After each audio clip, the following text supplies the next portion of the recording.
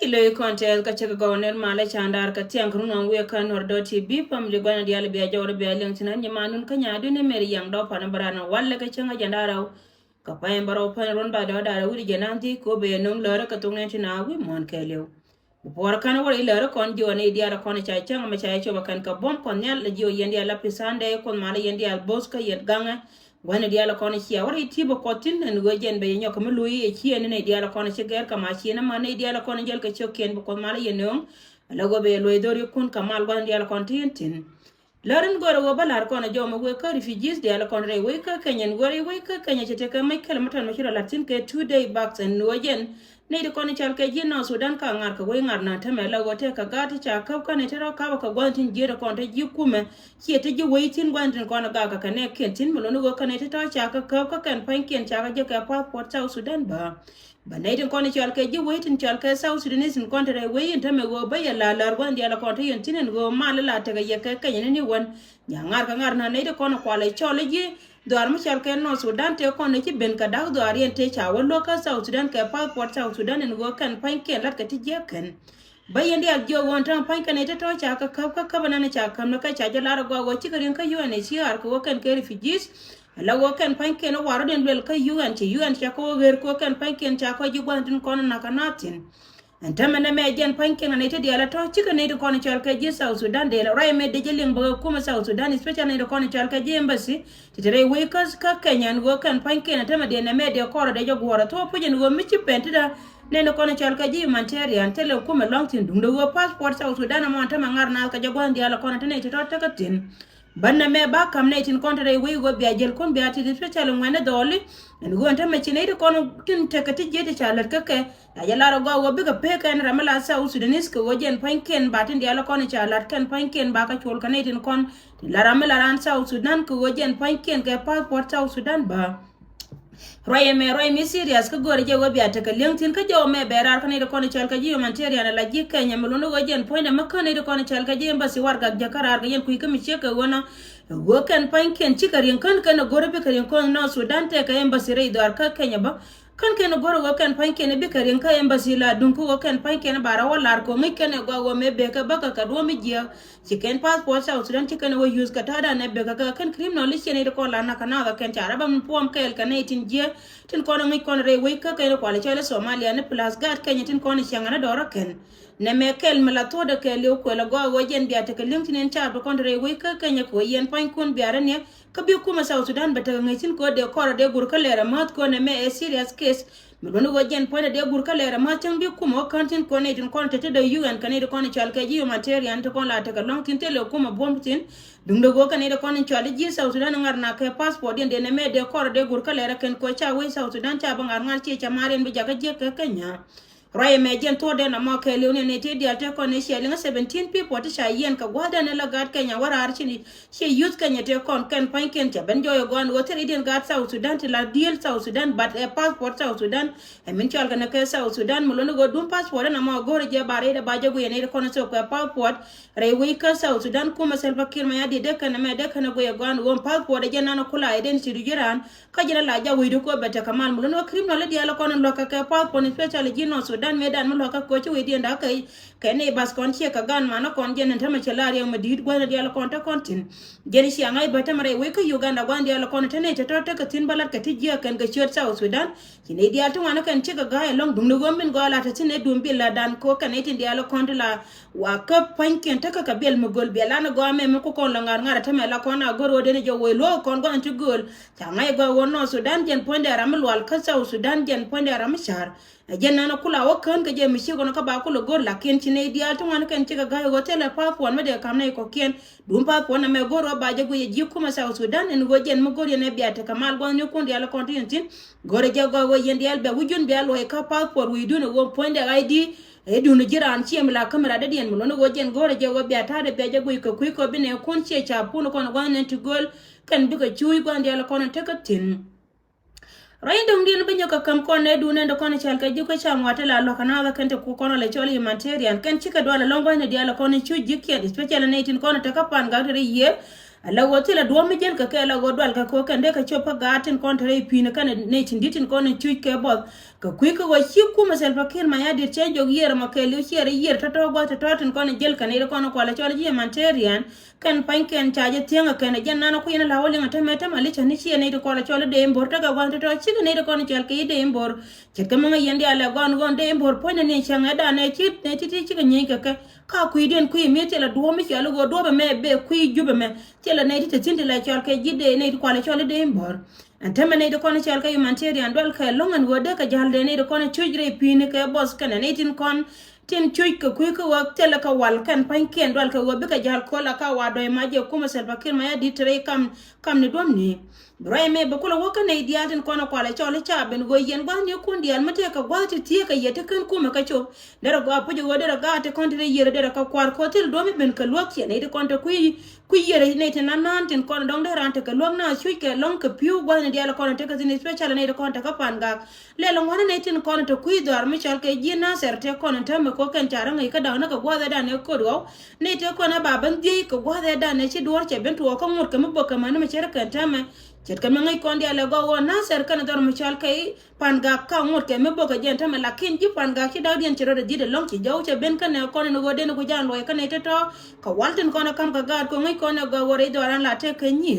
rai me cha jen no ngan go jen ba la re ne ti na wi mon ke le bran lo ka do da ma guye ma en go jen de ne kon de ka lo ka walten kon ko la wal malaria ta ma ga diu ke long re yeri go dia la kon te ka tin ka kunyes ka te la ka tenetin kon ko la burro de na man lo ten de gang ni go dia la kon na te ka tin rai me jen na no ngani je jo mi ci go dum go cha jala ra ga wo humanitarian che go de lo dum go te la dubti jel ka je ko ci kuma Salva Kiir ma ya di te dubdi altin kon te la jel ka na sie ne tin kon ko la chole lo de na de ka lo ken panken che ka go ko la wa de mbor ka te la de mbor mata go de kon te ne te ro te ka tin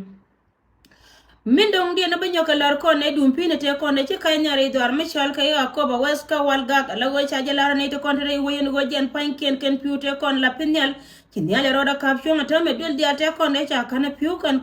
ci kan ta lo lar ko nyal ko jen ci piu ci ka wo pin chara ga ka tam ni go ne dia ko la te ka tin yani janga go ka kor pa ndero te kon ne ci jo na nan poinde ko ba wes chengte ka ri mi de jen me de nyor che nyore we ko ci matar che tianga piu ata me tiara la tiara nyal ci matar nyal jen wa charo da ga ke piu ta lo me di de lon ko piu tin kon re mondan ka kan kon nda kana ga ken ata me ci piu ta to ci ga lo pin ma ta lo ta lo me di ba nyo ka mo lo ga je yene tin na sen we bi ate ka lentin dum do go piu to kon re do ar ka tin kam ne tin kon chal ka kam ne ge ni ci ga piu la pin ya tin kon la da ko ken ken ni pin ya dum do go cha je la ro tin ya charo da kap chuang ne me kel mo go ba ka jo ye da ne cha lat ba go ci ben ke piu kel ba mo da ka mete tin mo nas ka mi shot ka ku ko de ne ti ni walde ka je ken ko de del wal tin tieno kon ndong la tin na te ka tin kilin tin kon la lo ka ga tin de ka non wal ro ye me we ka ne ko ne chal ka ku me jongle en go de ne te to de ka lo ken ka ku ko de ka non wal jo me jena na de goro wode nyoka malara kon ka kwinya le da ne chana report ka ko ba ka cha lar go chite chi ka kan ka ne te dia de kon te ka ko ba west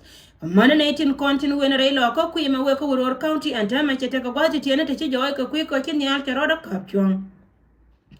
chit ke me cha jenen panen go kon ne kon chal ka inwar.tv te ka pen me cha ka lan nyal ka pe kontin kon let ko kon ga nor dial wi mon ke lew chi loide chete da long ka gada na ji pe jamo che le ben to gor nor tv men che moy ke lo go me chat ke dundo inwar.tv en go jen chene respond ka do bluza che ben ko ka che lar ne gon go jen point de lo ne je go balada mo belat gada mo tin kon le de ka to go la go jen point de tele mi jema che lat ba jo me ba ku la lar ye ka wo ye da ne kam ne pe jamo rar ka je chine lung do go chi lo go chat ke lo go inwar.tv dung do go jen te ka me sha lat ka ne tin kon lat nen ko go jen point ne lo go ma jenan la ngi keneran ka ku ka me che ka wona te ka post me che post en post mo chine tin kon chal ke ne kon dit chi ga yar no go ne dial tin nan ta inwar.tv cha yo da ka ken ko ken cha lo dien che yar dung do go chi ka da mo cha apology cha lar ye no re dial ka ku ka me dan che we lar la ka je ken ke jokes ke pose chi anen ka jama me ku ne le moy ka cha ba ka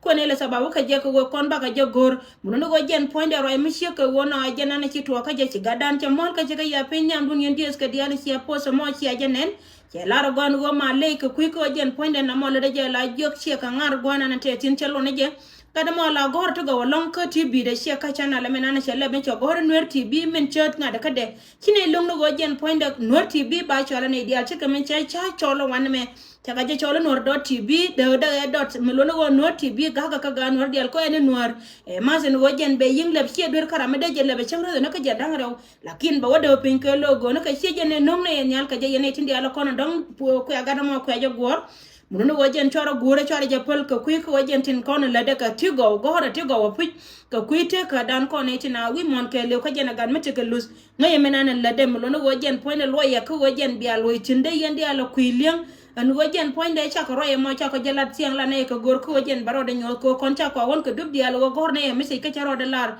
me cha ngai wo cha je la nial ka jen point de chi nyin ka dial chi ka ben ela wajen charo de wonyol ko roye me balar yego tela gang mate ka nuer tv ka ne nuer do tv tela je en me go amalat ka ga nuer dial kone support ko nuer do tv tela ida me long ne karan chang siele ba nuer do tv kala ni me go am be nuer community bi en nong nyal let ko ne kel ka tin dial ko ne lat karodian mo no go jen tela me jam long ne tin tela ida tela tiel karada dien kam ne na nyal ko nuer do tv che to me goriye ne go ga me kui ko wo gor ne go baka ga ma baka jalar me se jana ne chine chop ka ne tin ko no ko le chole dia daran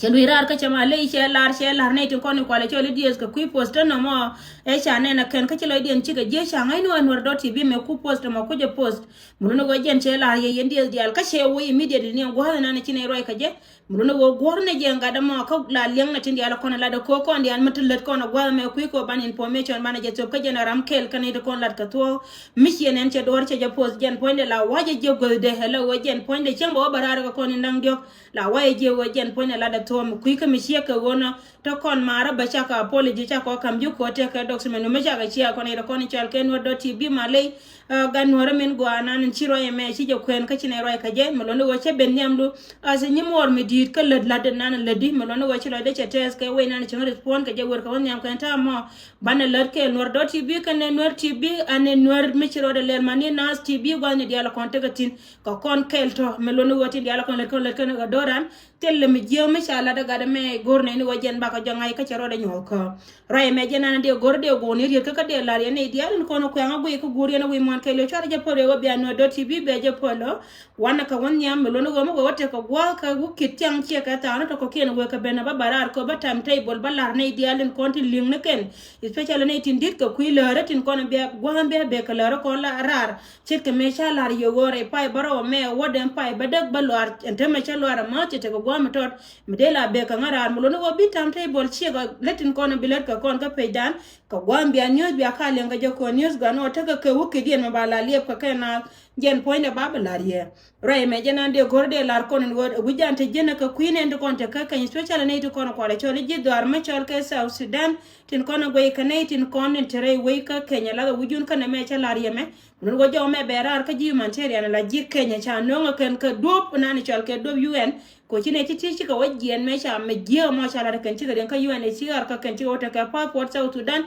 muno go koncha ngar kel ka gatin kon chal ka ga no Sudan kon la ka tije ka tije kan kon ban no yan wala kon mala ko te kel ga nya ya ka me jo ya wa happy Sunday once again kene dia la kon chi changa me chi je chop ko kot kel kon mala yendi al po ka yendi al boza ko ne dia la kon te yentin baro da gara ta manda je ka ta no kon to go to we ka benta yang do no do tibi daiwa